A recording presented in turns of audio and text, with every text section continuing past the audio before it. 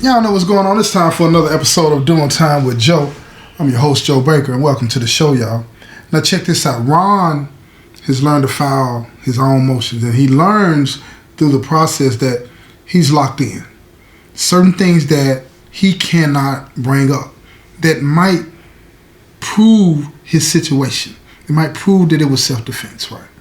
That the courts can make a determination that he at least is eligible, should be eligible for a resentencing hearing to a lower sentence. But because these issues were not brought up initially by Frank, he's barred from bringing them up. That's how the law works. That's how it works. It doesn't matter if the issues are relevant. They have to be newly discovered issues, not something that was overlooked. Newly discovered, something that has come up in recent years that you did not know about when you originally filed the appeal. Something that was not a part of the transcripts. It's not something that you overlooked, something that you did not know about. It's the only thing you can bring up new. So he's locked in. He's locked in, and he's blaming Frank for that. And he's becoming bitter. And he wants his lick back. He wants his lick back, but he doesn't do anything because he doesn't want anything to affect the work that he's still doing on his wife's case. But see, things are not going well for her either. Like I say, she's in school now. She's overcome the stroke and all this and that. She's got this organization that's working with her. But she's starting to feel like, life is not worth living. It's not worth living. And the stress of all of it causes her to have another stroke. And this time, she goes to the hospital and she stays a long time. But she was that close from completing school. So while she's in the infirmary, this nonprofit organization that works with the female inmates, they go there and they're tutoring her with her work. They're doing all the writing, right? She's talking. They're teaching her while she's rehabbing. It is the most amazing thing that they've ever seen, and they're so fascinated by it that they make sure that that's put in the appeal to the governor asking for a clemency to let her out. If she can overcome this under these circumstances in prison and get her college degree, she deserves another chance. And she does it. It took her a couple of years longer, but she does it. And she gets her bachelor's degree. She gets it, y'all. She does it. She does it. But Ron, on the other hand, she has become the focus of his anger. So he stops writing her. She writes him religiously every week.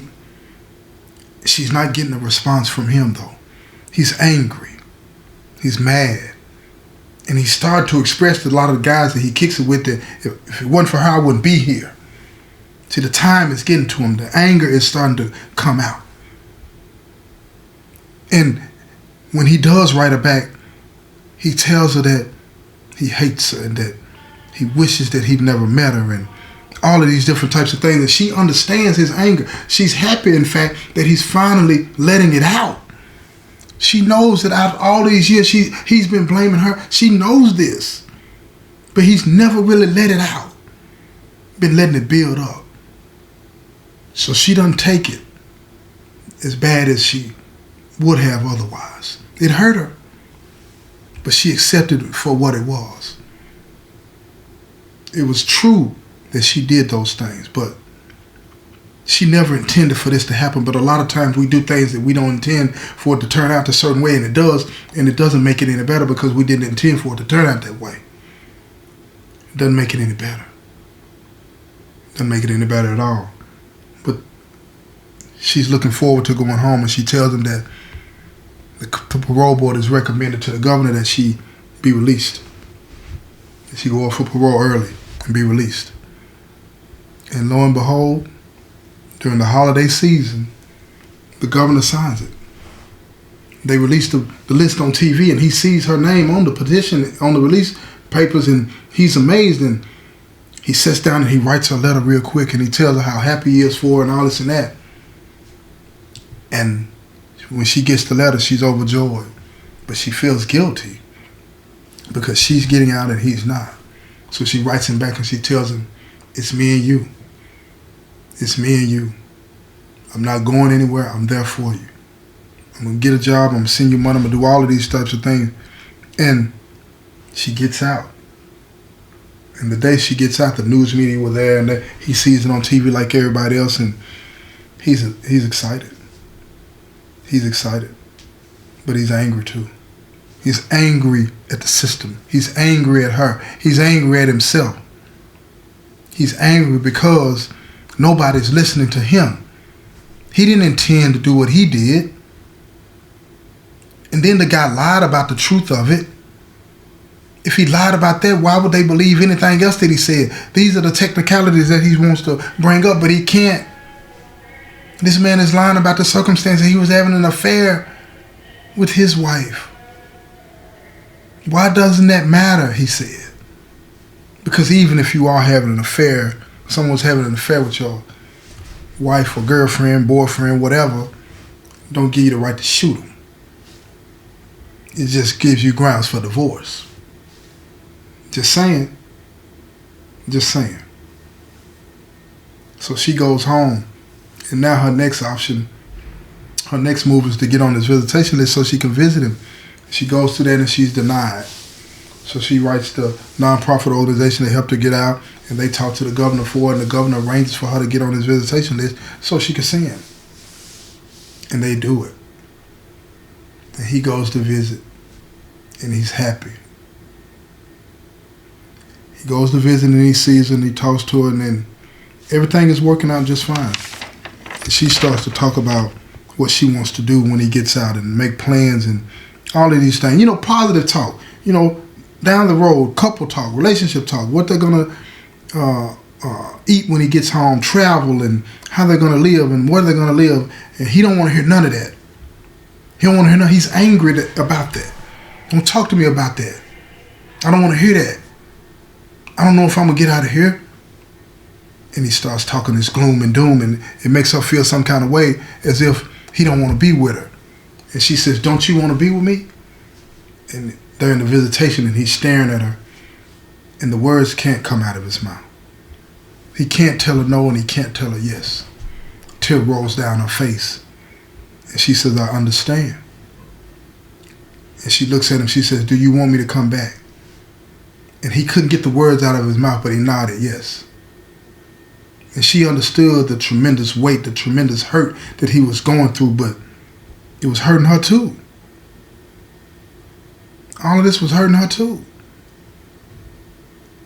But it seemed like he couldn't see beyond his own pain. And let me tell y'all something real quick. See, when you get caught up in situations, right, you want to live this lifestyle, you know, and I say that a lot, this lifestyle, because that's what it is. It's a choice. You're not forced to do this. It's a lifestyle choice. You were not born a criminal. You were not born to be like this. You're making a choice to do this. You're making a choice to be somebody that brings negative energy into the world. You're making a choice to be somebody that brings pain into the world. Excuse me. Just like I did. Yeah, my father was locked up when I was younger. Yeah, my mother died when I was a kid. And I had no say in any of those things. But as I got older, I had a choice to make. My sister didn't decide to do this. My brother didn't decide to do this. And yes, some of the things that happened to me when I was a kid, it's kind of skewed the way I thought about things. And even though my mental was off as far as concluding this is right and that is wrong, or doing this because I wanted somebody to like me, or whatever the case may be, it doesn't excuse me from it. I still brought negative energy into the world. I still cause pain to my victims and their family members. I'm not excused from that, and I shouldn't be. And you won't be either. But see, right now, you're out there, you're listening to this. You're out there in the free world listening to this. So you have a choice. So you can stop right now what you're doing. and everything will be fine. Or you can continue to do what you're doing, but don't come in here and blame anybody for you being here. Don't come in here and get upset about how they treat you,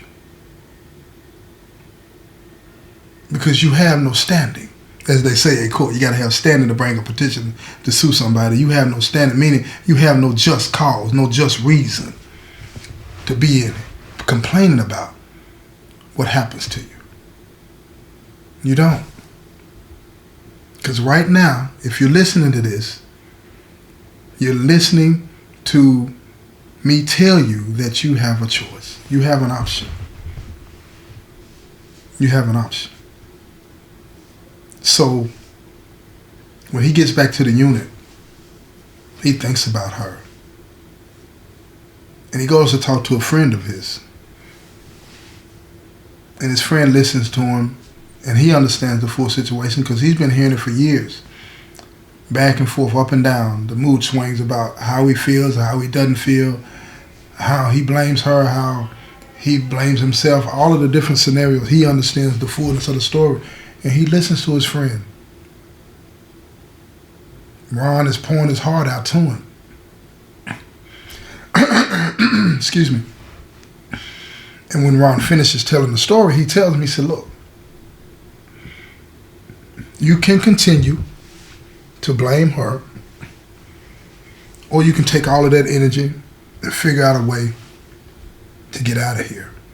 Or you can take all of that energy and figure out how to turn the time that you have to do into a positive experience.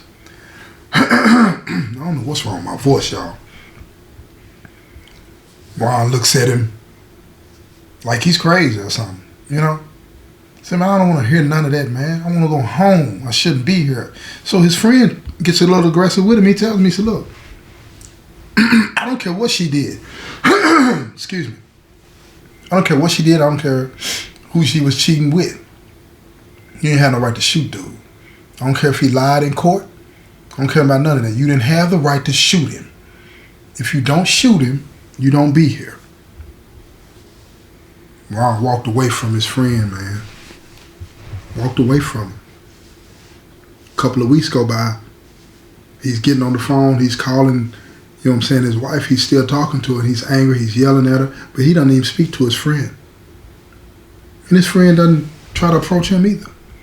After a couple of weeks, he pulls back up on Ron, pulls back up on his friend, and he said, man, I apologize. And his friend, smart aleck as he is, he said, you apologize for what? He said, I was wrong for what I said to you. He said, no. I said what you say and how you say it right, but you were wrong for what you was thinking. You was wrong for why you mistreating her. You wrong for all of that. Don't worry about me. You need to treat her better. Running around here blaming the world because you shot somebody because you couldn't take the fact that your wife was dicking somebody else down. You feel me? Or getting dicked down, rather. Let me put it that way. You couldn't handle that. You were not strong enough to just say, okay, she don't want me. Let me go find me somebody else. It's that simple. So you can look around in the penitentiary, any penitentiary that you at, you can look around and you're going to see dozens, if not hundreds of people that are in here for the same thing that he is.